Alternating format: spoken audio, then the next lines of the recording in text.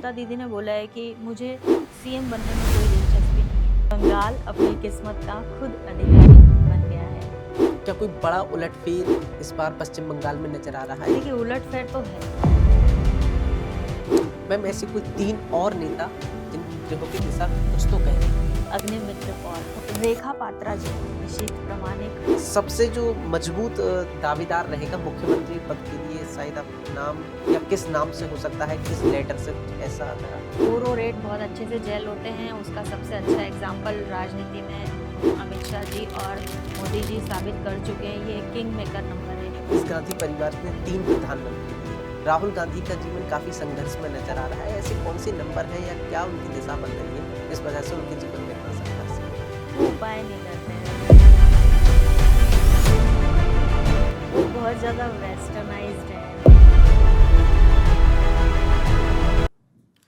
4 मई 2026 सिर्फ एक तारीख नहीं, ये फैसला करेगी कि पश्चिम बंगाल की सियासत किस ओर करवट लेगी। ममता बनर्जी फिर से सत्ता में बनी रहेंगी या फिर बड़ा उलटफेर होकर कमल खिलने की संभावना है?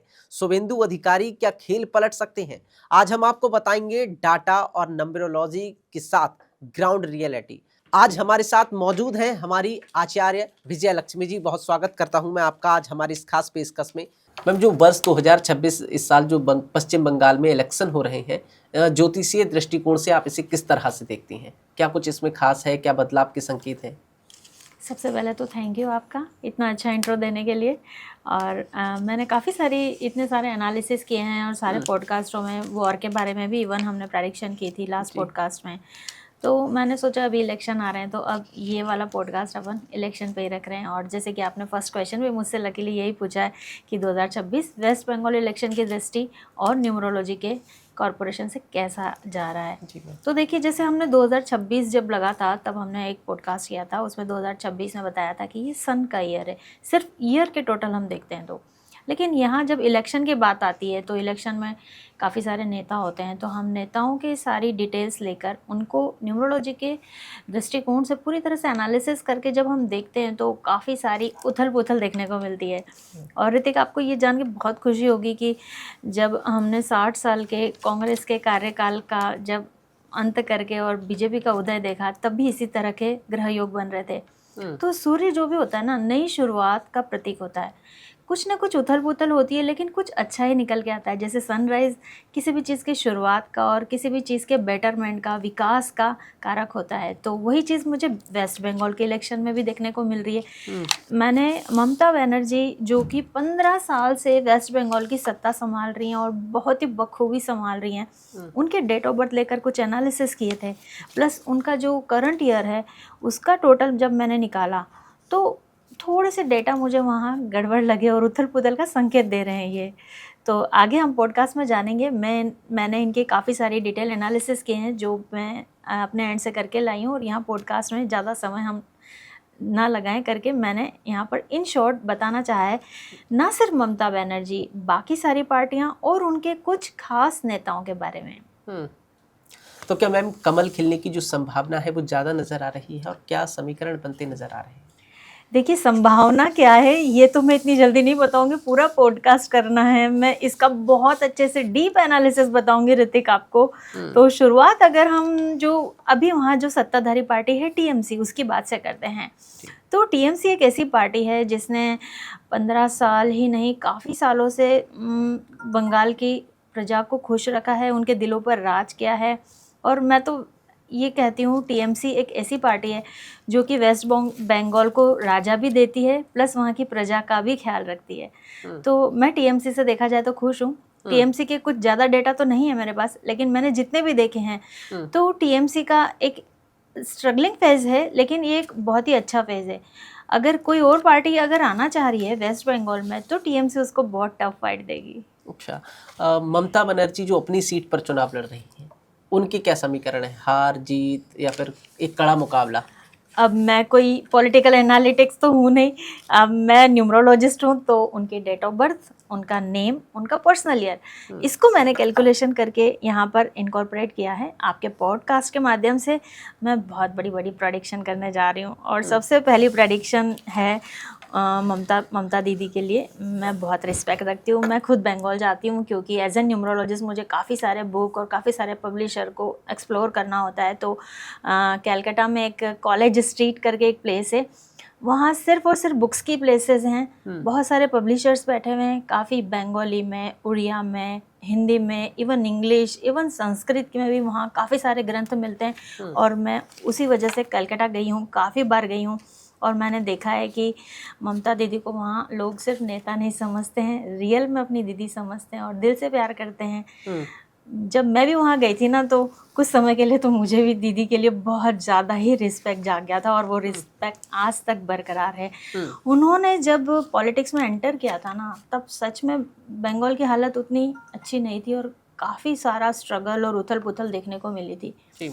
लेकिन ममता दीदी की जो डेट ऑफ बर्थ है 5 जन 1955, तो ये एक बहुत ही क्रांतिकारी नंबर 9 पर एडअप होके आता है और उनके जो नेम के टोटल हैं वो आते हैं 1 पे। अब देखिए आप, 9 और 1, 9 रूल करता है मार्स को और 1 रूल करता है सन को।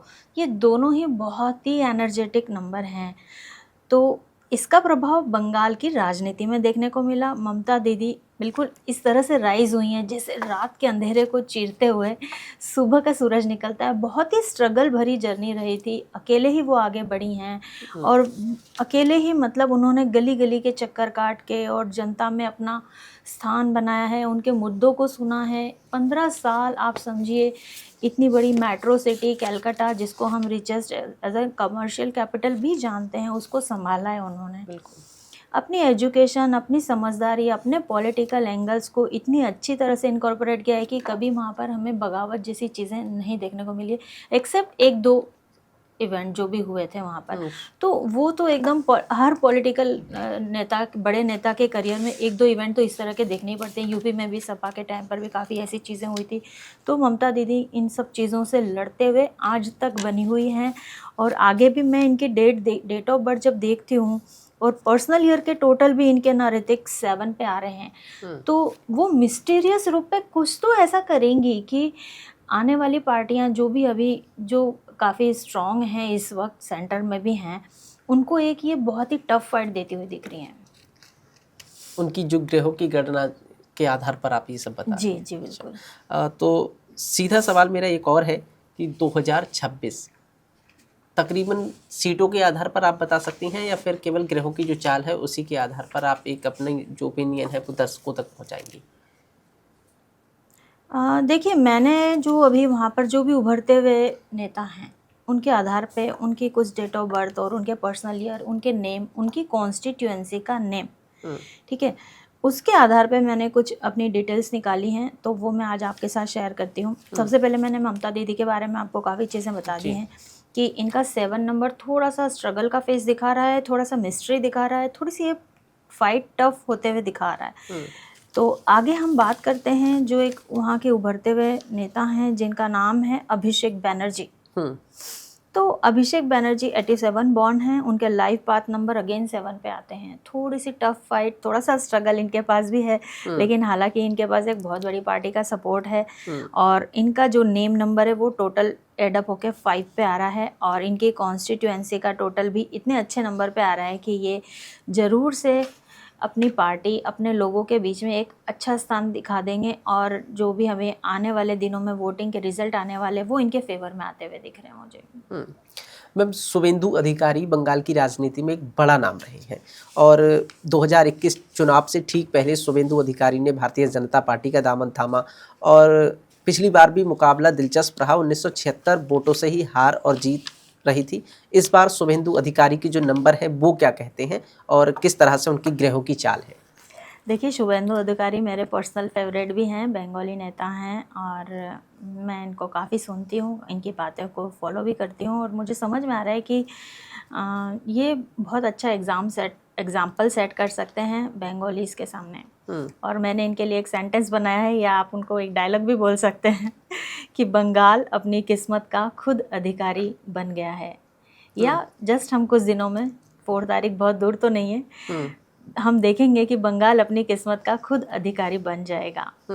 तो कहना मैं ये चाहती हूँ कि शुभेंदु अधिकारी ऐसे नंबर पर टोटल एडअप होकर आते हैं, उनके नेम नंबर, उनकी कॉन्स्टिट्यूएंसी, वो नंदीग्राम से हैं, तो नंदीग्राम उनकी कॉन्स्टिट्यूएंसी, और एक बाबनीपुर करके भी कॉन्स्टिट्यूएंसी है।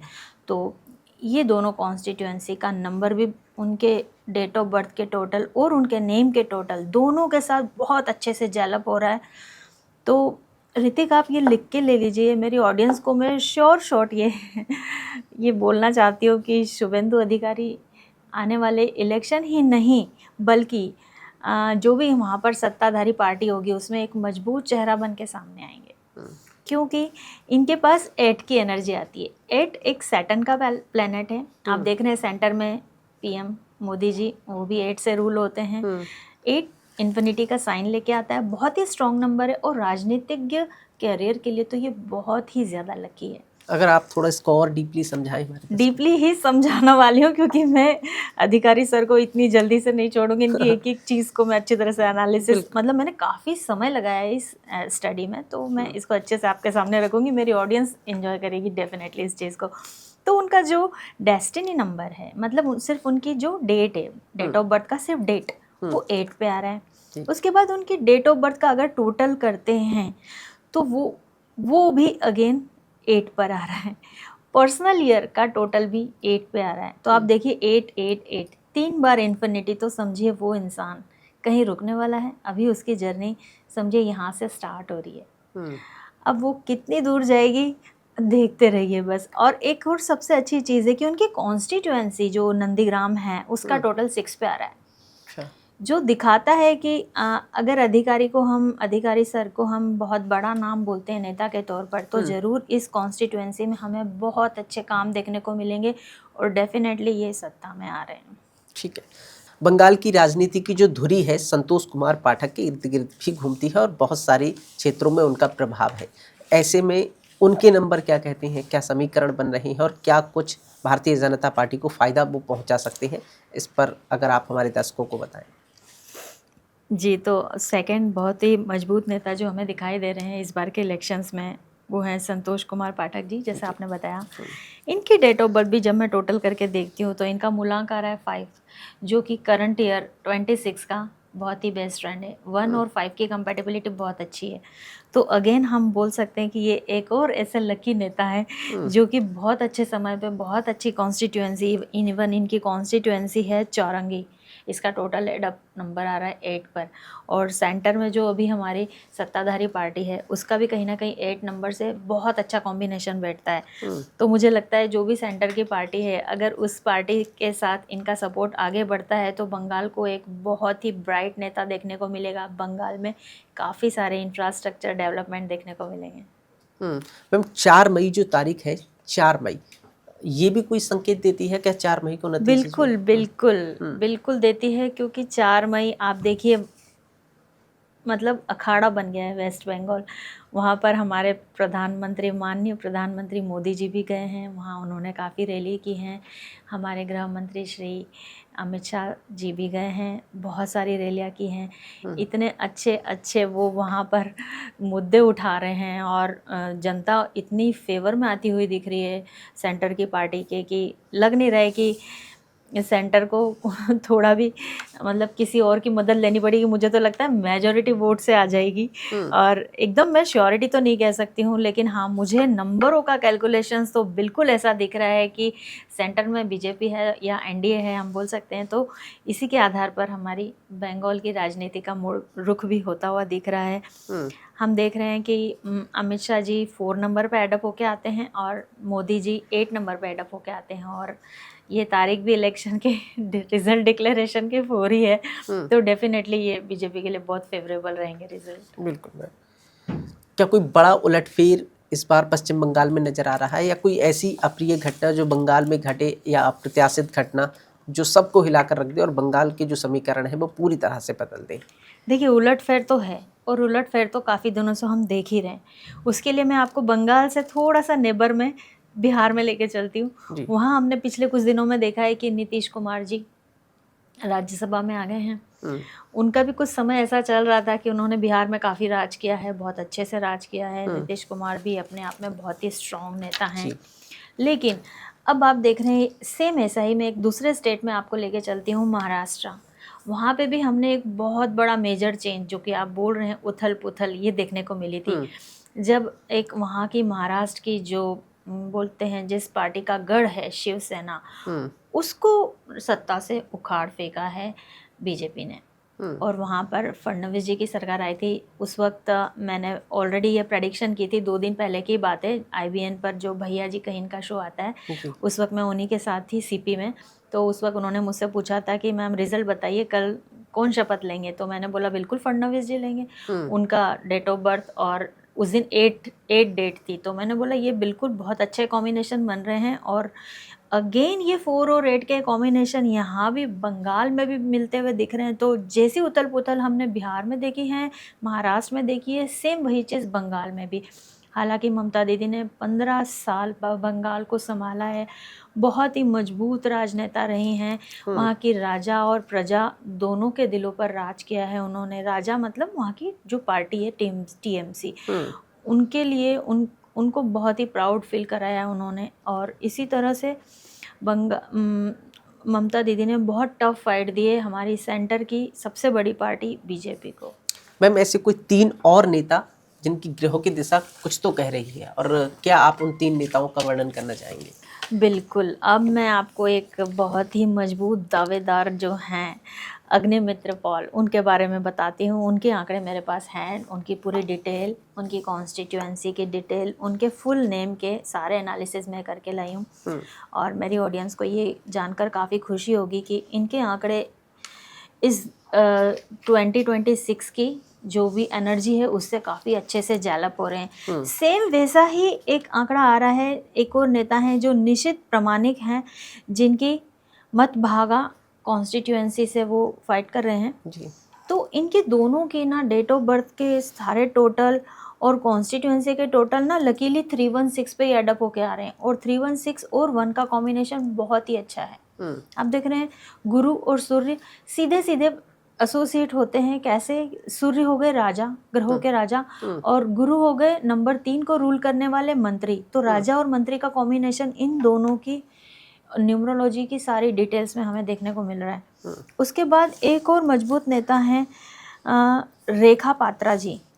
इनके जो नंबर्स हैं, उनका जो मूलांक है वो 4 है, और जिस दिन हम बंगाल के रिजल्ट आने वाले वो डेट भी 4 ही है जी। तो फिर आप देख सकते हैं मैंने जिन अभी तीनों नेता के नाम लिए हैं, वो नेता हमको आने वाले कैबिनेट में बंगाल की राजनीति में बहुत मजबूत चेहरे के रूप में दिखाई देंगे। नंबर 1 मैंने आपको नाम बताया अग्निमित्र पॉल, नंबर 2 मैंने नाम आपको बताया निशित प्रामाणिक, और नंबर 3 मैंने आपको नाम बताया है रेखा पात्रा मैडम। अगर मैम कैबिनेट तक की बात हो रही है तो फिर कहीं ना कहीं सत्ता परिवर्तन की बातें साफ तौर पर नजर आ रही है। अब वो मैं क्लियर तो नहीं बोलूंगी लेकिन आप इशारा समझ गए और ऑब्वियसली मेरी ऑडियंस भी समझ गई होगी। तो मैम सबसे जो मजबूत दावेदार रहेगा मुख्यमंत्री पद के लिए, शायद आप नाम या किस नाम से हो सकता है, किस लेटर से, कुछ ऐसा अगर आप देखिए 4 की एनर्जी तो देख रहे हैं आपकी 4 और 8 बहुत अच्छे से जेल होते हैं। उसका सबसे अच्छा एग्जाम्पल राजनीति में अमित शाह जी और मोदी जी साबित कर चुके हैं। ये किंग मेकर नंबर है। और शुभेंदु अधिकारी की डेट ऑफ बर्थ, नेम और पर्सनल के टोटल भी 8 आ रहे हैं। तो ये बहुत ज़्यादा चांसेस हैं। मैं कोई भगवान नहीं हूँ, मैं दावा नहीं करती हूँ, लेकिन लक तो इनके फेवर में है। शुभेंदु अधिकारी बंगाल की राजनीति का चेहरा बन सकते हैं। जनता का रुझान जो है वो किस तरह से रहेगा, क्या सोच रही है जनता से? देखिए जनता का रुझान तो ऐसा है कि जनता भर भर के वोट दे रही है। आपने देखा है बंगाल की राजनीति में कभी ऐसा नहीं हुआ है कि 93% वोट गिरे हों, बट अभी पिछले जो वोटिंग फर्स्ट फेज के जो इलेक्शन थे उसमें 93% वोटिंग हुई थी। और अभी अमित शाह जब गए थे आश्रमगढ़, कौन सी एक जगह है, अभी उन्होंने वहाँ से कल ही बयान जारी किया, मैं कल देख रही थी, साथ में मेरे कैलकुलेशन भी चल रहे थे, मैं कुछ बयान के भी वहाँ एनालिसिस कर रही थी साथ में। तो उन्होंने एक सेंटेंस बोला है कि 29 तारीख को अगर मेरे वोटर को किसी ने भी परेशान किया तो मैं उल्टा लटका कर सबको सीधा कर दूंगा।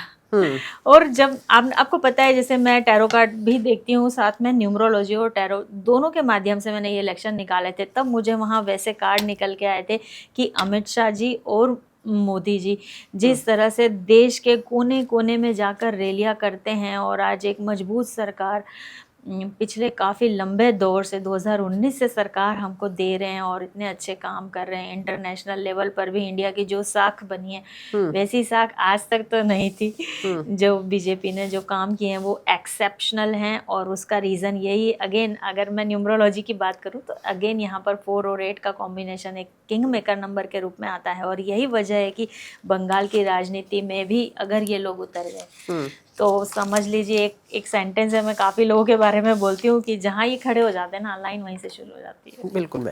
मैं ममता बनर्जी जो है, उनकी जन्म तिथि कुंडली को आपने बहुत भली भांति देखा, उनका राजनीतिक भविष्य कैसा होने वाला है? देखिए, राजनीतिक, ये आपने बहुत डीप क्वेश्चन पूछा है, इसका मैंने खूब डीप तरीके से एनालिसिस किया है। मैंने दोनों चीज़ों को इनकॉर्पोरेट किया ऋतिक वहाँ पर, क्योंकि देखिए खाली न्यूमरोलॉजी से नहीं हो पाती है, कुछ चीज़ें हैं जो डिकोड उस एनर्जी से, नंबर्स की एनर्जी से नहीं हो पाती हैं, तो वो टैरो की मदद से देखती हूँ। क्योंकि मैं टैरो की मदद से सिर्फ उनका ये जन्म नहीं देखती हूँ, मैं सोल जर्नी देखती हूँ, उनके पिछले पास्ट 2-3 जन्म देखती हूँ, आने वाले फ्यूचर का भी देखती हूँ। तो इस तरह से मैंने देखा है और सच में वैसे कार्ड निकल के आए थे। मुझे एक यूट्यूब पे वीडियो भी देखने को मिला है जिसमें ममता दीदी ने बोला है कि मुझे सीएम बनने में कोई दिलचस्पी नहीं है। अच्छा। मेरा टारगेट दिल्ली है। अच्छा। हाँ, बहुत बड़ा संकेत और इशारा है। बिल्कुल। आप देख रहे हैं, अब मैं आपको एक स्टेट में और लेके जाती हूँ, वो है एमपी, मध्य प्रदेश। शिवराज जी ने वहाँ बहुत राज किया, ठीक है, और आज भी वो वहाँ के एमपी की जनता के दिलों पे राज कर रहे हैं। लेकिन जब उन्होंने एमपी छोड़ा तो वो सीधे दिल्ली आके बैठे हैं जी। सेम चीज़ मैं ममता दीदी की कुंडली में भी देख रही हूँ। प्लस ये टाइम और जो टैरो की मदद से मुझे एक इंसाइट्स मिल रहे हैं, तो वो यही निकल के आए कि इन केस अगर ममता दीदी, मैं कोई प्रेडिक्शन नहीं कर रही हूँ, इन केस ममता दीदी अगर सीएम सीट नहीं लेती हैं, अगर वो छोड़ेंगी तो अपनी मर्जी से ही छोड़ेंगी, क्योंकि उनका बंगाल पे, और बंगाल पे उनका बहुत ज़्यादा विश्वास और ये कहिए अंधविश्वास है। अगर ममता दीदी सीएम सीट छोड़ती हैं तो आने वाले समय में वो दिल्ली की राजनीति में दिखाई देंगी। और एक और संकेत मैं आपको देती हूँ कि जब एनडीए आई थी तब वो टीडीपी और जेडीयू के साथ बिल्कुल बैसाखी कोलैबोरेशन करके सामने आई थी। उसी तरह से 2024 में इन्होंने इंडी गठबंधन बनाया था, लेकिन ममता दीदी कुछ समय के लिए उससे बैकआउट कर गई थी। लेकिन अभी जिस तरह से आपने बोला कि ममता दीदी का अगर और डीप एनालिसिस आप करती हैं तो क्या देखती हैं, तो मैंने ये देखा है कि जो अगर डीप एनालिसिस करते हैं तो वो गठबंधन को, इंडी गठबंधन को वापस आगे बढ़ाती हुई दिख रही हैं। और यही रीज़न है कि वो दिल्ली तक पहुँच जाएंगी। वो ये सिर्फ दावा नहीं कर रही हैं कि मेरी दिलचस्पी सीएम बनने में नहीं है, दिल्ली की राजनीति में। तो मुझे ऐसा दिख रहा है कि अगर वो इंडी गठबंधन के साथ बढ़ती हैं तो जस्ट अभी तुरंत ही नहीं, लेकिन आने वाले फ्यूचर में वो दिल्ली की राजनीति में जरूर दिखेंगे। ठीक है मैम, देश के एक और युवा नेता है राघव चड्ढा, एक अलग पहचान है उनकी, और राज्यसभा में तमाम तरह के मुद्दे, जनता के हित के मुद्दे उन्होंने उठाए। फिर आम आदमी पार्टी ने अचानक से झटका दिया उनको, और अब कल उन्होंने आम आदमी पार्टी को झटका दे दिया। उनकी राजनीतिक दिशा अगर आप कुछ बताना चाहें। हाँ बिल्कुल बताना चाहूँगी। देखिए, बीजेपी का एक सबसे अच्छा और बहुत ओपन, ये वो लोग बोलते हैं कि बीजेपी का अभी फ्यूचर जस्ट शुरू हुआ है। अभी 15 साल बीजेपी के कुछ भी नहीं है। अभी आने वाले समय में बीजेपी के असली आपको कमल खिलते हुए दिखेंगे हर जगह। मैं सिर्फ इंडिया की बात नहीं कर रही हूँ, ऑल ओवर वर्ल्ड बीजेपी अपनी जगह बनाएगा। मैंने पिछले पॉडकास्ट में भी ये बात बोली है कि वर्ल्ड प्लेटफॉर्म पर इंडिया की राजनीतिक और इंडिया के ब्यूरोक्रेट्स भी बड़े बड़े पदों पर देखने मिलेंगे, जिसमें कि हम वर्ल्ड बैंक के अध्यक्ष के रूप में देख सकते हैं, G20 के अध्यक्ष के रूप में देख सकते हैं, या इस तरह के UNO वगैरह जितने भी बड़े बड़े वर्ल्ड ऑर्गेनाइजेशन हैं, उनके टॉप हेड को हम इंडिया के अध्यक्षता के तौर पर हम देखेंगे। क्योंकि इसे यही वजह है कि अगर इंडिया को मजबूत बनना है तो इंडिया को सबसे पहले अपना घर सुधारना होगा। घर मतलब अपनी लोकल राजनीति में पकड़ बनानी होगी। इसलिए बीजेपी नहीं सोच रहा है कि कौन सा नेता आप पार्टी से आया है, आम आदमी पार्टी से आया है, या कौन टीएमसी से आया है, कौन जेडीयू से आया है, किसने बीजेपी के साथ पहले क्या किया है। वो आज सबको वेलकम कर रहा है, और अगर उसकी आइडियोलॉजी पे कोई भी आगे बढ़ना चाहता है तो वो बीजेपी को ज्वाइन कर सकता है। सेम चीज़ राघव जी ने भी की है। राघव जी के बारे में मैंने बहुत ज़्यादा डीप एनालिसिस तो नहीं की है, क्योंकि ये यंग नेता हैं और इनका फ्यूचर अभी स्टार्ट ही हुआ है, आगे तो पिक्चर अभी बहुत बाकी है। बिल्कुल मैम। तो हम इनके बारे में पूरा पॉडकास्ट करेंगे।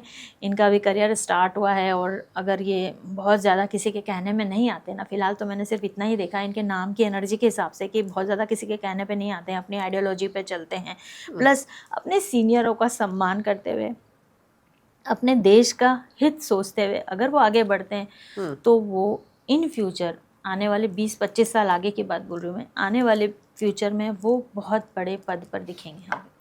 प्रियंका टिपरीवाल ये भी बंगाल की राजनीति में इस वक्त सक्रिय हैं और अलग अलग भूमिकाओं में नजर आ रही हैं। इनके विषय पर और इनके नंबर क्या कहते हैं आपकी टिप्पणी में? इनके नंबर वही कहते हैं जो मेरे नंबर कहते हैं। अच्छा। मेरी डेट ऑफ बर्थ के आजू बाजू कुछ दिन कुछ महीनों का ही अंतर है। 7 जुलाई 1981 का बर्थ है इनका।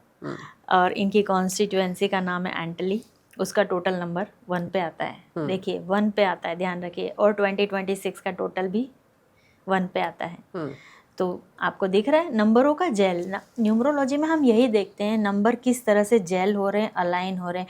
कभी भी नंबर अगर ऊट पटांग होते हैं, उनका कोलैबोरेशन कंपैटिबिलिटी नहीं बैठता है तो वहाँ पर चीज़ें एग्जीक्यूट नहीं होती हैं, रुकावट आती हैं। लेकिन जब भी नंबर जेल होते हैं, आपके डेट ऑफ बर्थ के टोटल, आपके नेम के टोटल, आपकी कॉन्स्टिट्यूएंसी के टोटल और करंट ईयर के टोटल, तो ये जब जेल होते हैं, अगर ये सारे फ्रेंड्स नंबर हैं तो ये डेफिनेटली आपको एक स्टेप आगे ले जाते हैं लाइफ में। तो प्रियंका टिपरीवाल मैम 666 की एनर्जी में चल रही हैं। 666 वो एक एनर्जी है ना, एक ऐसी यूनिक एनर्जी है ना ऋतिक, कि ये जिस चीज़ को मिल जाती है ना वो चीज़ रुकती ही नहीं है। नंबर 6 ये 666 नेम से भी आ गया, डेट ऑफ बर्थ से भी आ गया, पर्सनल ईयर में भी आ गया। 666 का एक सबसे अच्छा एग्जांपल देती हूँ जो जेनजियो में सबसे ज़्यादा पॉपुलर है, Chrome search engine. Chrome search engine में 666 का इनकॉर्पोरेशन होता है। और क्रोम सर्च इंजन आप देख रहे हैं जब से शुरू हुआ है तब से वैसा ही है। इवन वो जितने मॉडिफिकेशन कर रहा है उसको हैंड टू हैंड लिया जा रहा है। बहुत से आपने ऐसे प्लेटफॉर्म देखे होंगे जो आए हैं, उन्होंने कुछ मॉडिफिकेशन किए, जनता ने उन्हें आउट कर दिया। लेकिन क्रोम एक ऐसा है, जब से लॉन्च हुआ था तब से उसी तरीके से चल रहा है। उसके थोड़े बहुत ज़्यादा वेरिएशन हुए होंगे, बाकी उसके जो बेसिक कलर्स वलर्स हैं, लोगो है, उसमें बहुत ज़्यादा चेंजेस नहीं हुए हैं। वो उनके मॉडिफिकेशन कर रहे हैं, इंटरनल टेक्निकल मॉडिफिकेशन कर रहे हैं, लेकिन बेसिक चेंजेस में नहीं ज़्यादा घुस रहे हैं। और यही रीज़न है कि 666 की एनर्जी, 6 नंबर होता है वीनस का, ग्लैमर का, अट्रैक्शन का और बहुत ज़्यादा इनोवेशन का। जैसे हम अभी देख रहे हैं AI आ रहा है, रोबोटिक्स आ रहा है, उस पर मैं एक ऑलरेडी पर्टिकुलर पॉडकास्ट कर चुकी हूँ, लेकिन यहाँ पर भी ये एनर्जी फिर से आई है ना, तो मैं फिर से अपने दर्शकों को बताना चाहती हूँ कि प्रियंका मैम अगर बंगाल की राजनीति में बड़ा फेज लेकर आती हैं, मैं कोई प्रेडिक्शन नहीं कर रही हूँ, लेकिन अगर ये बंगाल की राजनीति में बड़ा फेज लेके आती है ना तो 666 की एनर्जी से रूल होती है। ऋतिक आप देखिएगा, ये बंगाल को मतलब एक हाईटेक सिटी बना देंगे। मतलब अलग अलग भूमिका जो इनकी थी वो बहुत पावरफुल है। आज अभी जो दौर चल रहा है ना, ये हाईटेक और डिजिटलाइजेशन का ही चल रहा है। और जो हमारी सेंटर में गवर्नमेंट बैठी है वो बहुत ज़्यादा डिजिटल चीज़ों को, और AI का आपने देखा पिछले महीने ही समिट हुआ है, AI को कितना बढ़ावा दिया जा रहा है। सब चीज़ों को इतना शॉर्ट कर देता है, सिंपल कर देता है, ईजी कर देता है। हम एक लेवल से दूसरे लेवल पे जाने में हमें बहुत ज़्यादा एफर्ट नहीं डालने होते हैं, वही AI है। और ये सारी एनर्जी, ये जो टेक्निकल बैकग्राउंड है, ये इनकी डेट ऑफ बर्थ में मुझे देखने को मिल रही है। ठीक है, तो बंगाल की सियासत पर आपने खुलकर चर्चा की, नंबरों के आधार पर गणना की और जो संभावित बातें थी वो आपने बताई। एक और सवाल जो दर्शकों का भी है कि जो बंगाल चुनाव है उसमें बदलाव के संकेत हैं या फिर जो नेतृत्व है, जो वर्तमान नेतृत्व TMC का, वो अपनी पकड़ को बनाए रखेगा? देखिए, जनता जनार्दन है। मैं किसी तरह का दावा नहीं करती हूँ, मैं जस्ट एक न्यूमरोलॉजिस्ट हूँ, तो मैं जस्ट सबके नंबर और जो भी एनालिसिस पर्सनल ईयर के निकलते हैं बस वो जनता के सामने रख सकती हूँ, बाकी जनता का फैसला है। और मैं देख रही हूँ कि ममता दीदी के मैंने काफ़ी सारे डेटा यहाँ आपके सामने रखे हैं और उसके आधार पर मैंने ये प्रेडिक्शन भी दी है कि उनका पर्सनल ईयर 7 पे आ रहा है, काफ़ी स्ट्रगल कराता है, मिस्ट्री और इल्यूजन का नंबर है। मुझे ऐसा लग रहा है ना ऋतिक, क्या मैंने टैरो के हिसाब से भी देखा था कि 4 तारीख को क्या समीकरण निकल के आएगा। 4 तारीख बहुत दूर नहीं है, लेकिन फिर भी हमारी जनता 4 दिन पहले ही जानना चाहती है कि 4 तारीख को क्या होगा। तो मैंने अब ज़्यादा न्यूमरोलॉजी के हिसाब से नहीं, लेकिन हाँ टैरो के हिसाब से देखा है, और टैरो के हिसाब से मुझे ये दिखाई दिया है कि 4 तारीख के साथ जो भी नंबर जेल होते हैं उनके लिए तो ये बहुत अच्छा है। अगेन आप देख रहे हैं 4 राहु का नंबर है और 7 केतु का नंबर है। ये दोनों अलग हो गए हैं। आपने देखा है कि जो मंथन के समय अमृत कलश निकला था वो एक राक्षस ने ग्रहण कर लिया था। मोहिनी अवतार जब विष्णु जी बने थे उनके हाथ से वो ले लेते हैं, और जैसे ही ये चीज़ें मालूम पड़ती हैं इंद्र को, तो इंद्र ने उनका गले को अलग कर दिया था। तो ये अलगाव का तो दिख रहा है। बंगाल की राजनीति में ममता दीदी का जो स्थान है वो तो जड़ों तक घुसा ही है, जड़ों तक बैठा ही है, लेकिन यहाँ पर अलगाव का थोड़ा सा संकेत दिख रहा है, क्योंकि 4 तारीख राहु का है और ममता दीदी हैं केतु के साइड। तो कुछ अलगाव, इनकी जड़ों से कुछ अलगाव तो देखने को मिल रहा है।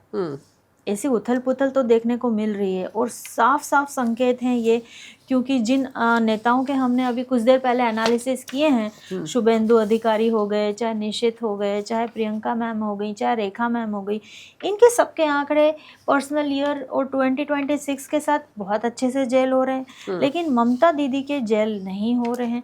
लेकिन ममता दीदी तो इतने सालों से अपना पूरा जीवन और बंगाल की राजनीति और राजनीतिक करियर को दे चुकी हैं। तो देखिए जो भी होगा ना, ममता दीदी की मर्जी के खिलाफ तो नहीं होगा। मेजर डिसीजन मेकर तो वही हैं। अपने लोग और उनके लोग उनका साथ भी नहीं छोड़ेंगे। मुझे ऐसा दिख रहा है कि वो हमेशा माइनॉरिटी वोट के ऊपर ही ज़्यादा कंसंट्रेट कर रही हैं। माइनॉरिटी लोग भी उनके साथ हैं, लेकिन अगेन जैसे मैंने अभी आपको बताया कि 93% वोट पड़े हैं। मतलब माइनॉरिटी के जितने वोट पड़े हैं उतने ही अदर सारे वहाँ के लोकल सिटीजन्स के भी वोट गए हैं। तो माइनॉरिटी को टक्कर देता हुआ तो वोट बैंक दिख रहा है। तो अगेन ये अगर सिर्फ जनता की नज़र से भी देखा जाए ना, तो ये एक बहुत बड़ी टक्कर है। वोटर की भी आपस में बहुत बड़ी टक्कर है।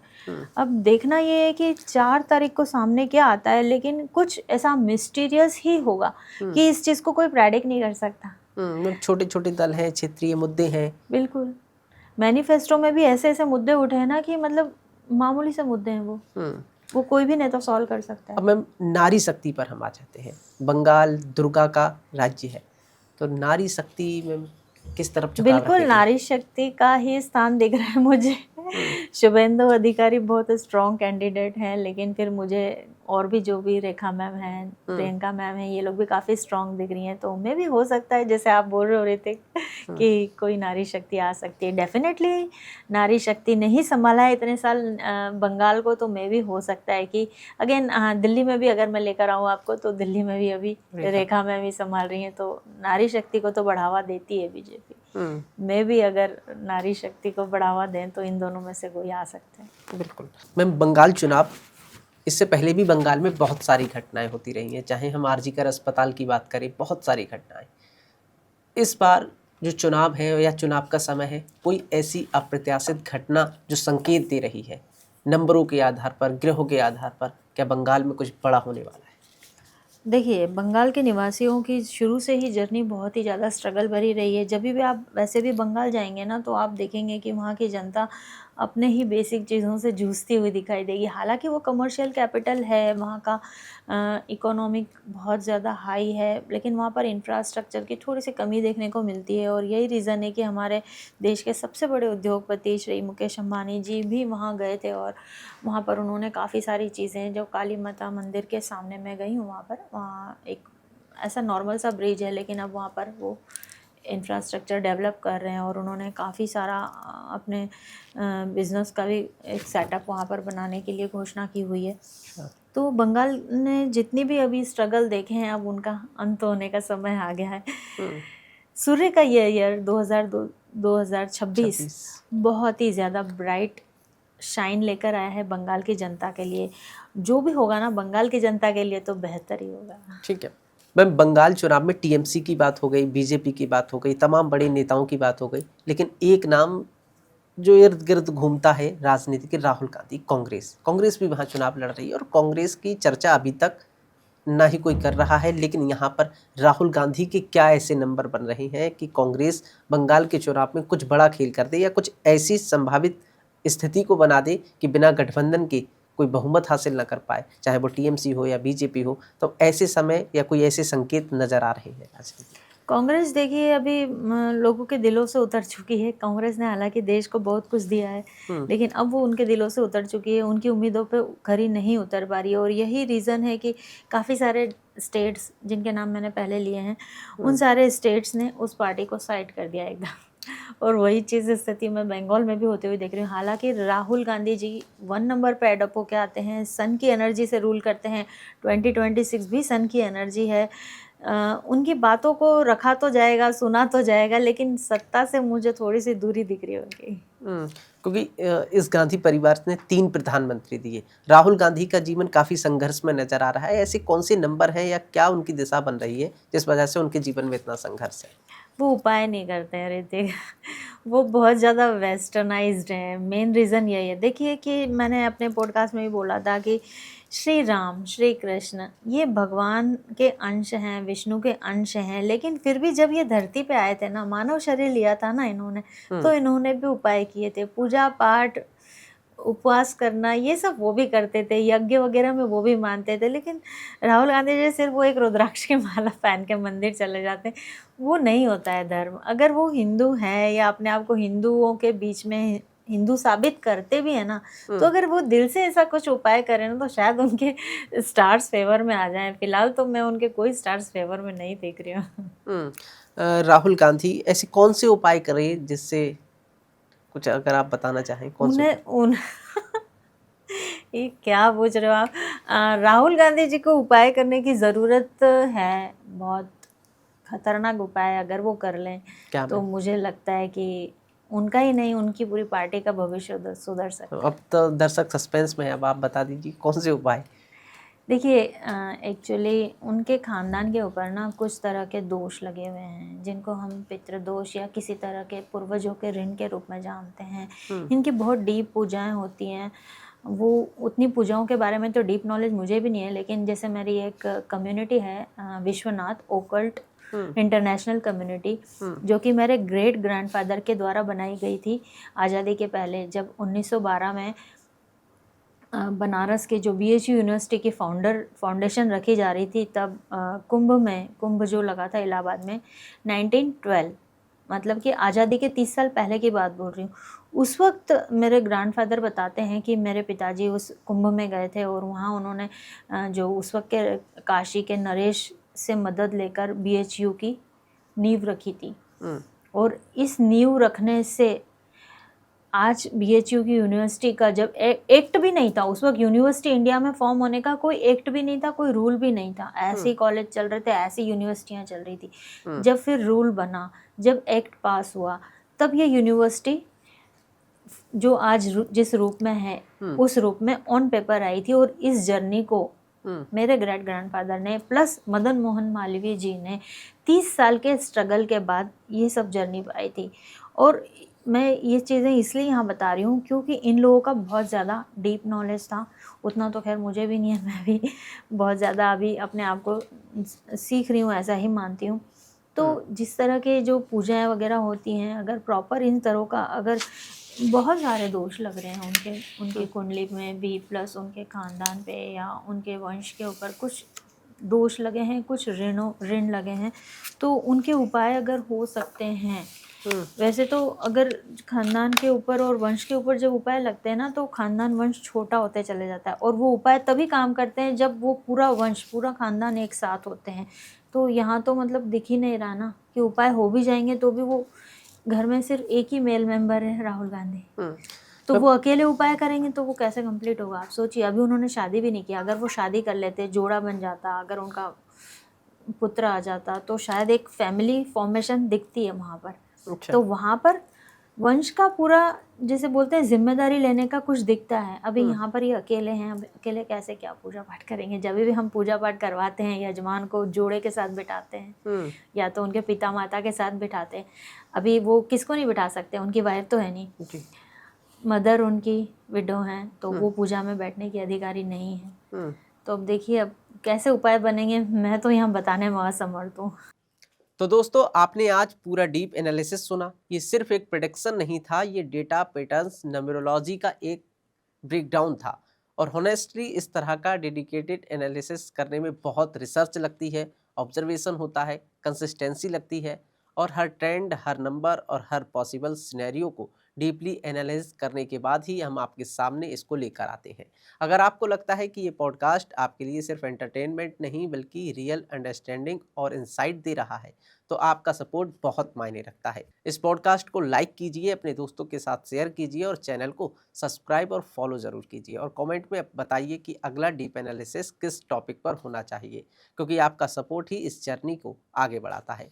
और याद रखिए, यहाँ हम अंदाजों से काम नहीं करते, अंदाज नहीं लगाते, बल्कि पैटर्न्स की समझ के साथ आपके सामने ये डेटा पेश करते हैं। मैं हूं ऋतिक द्विवेदी, आपसे फिर मिलूंगा एक और स्ट्रॉन्ग एनालिसिस के साथ। तब तक के लिए स्टे अवेयर, स्टे अहेड। नंबरोलॉजी से लाइफ की सत्ता पर राज कीजिए। अभी कमेंट कीजिए अपनी डेट ऑफ बर्थ के साथ और जीत को बनाइए अपनी आदत।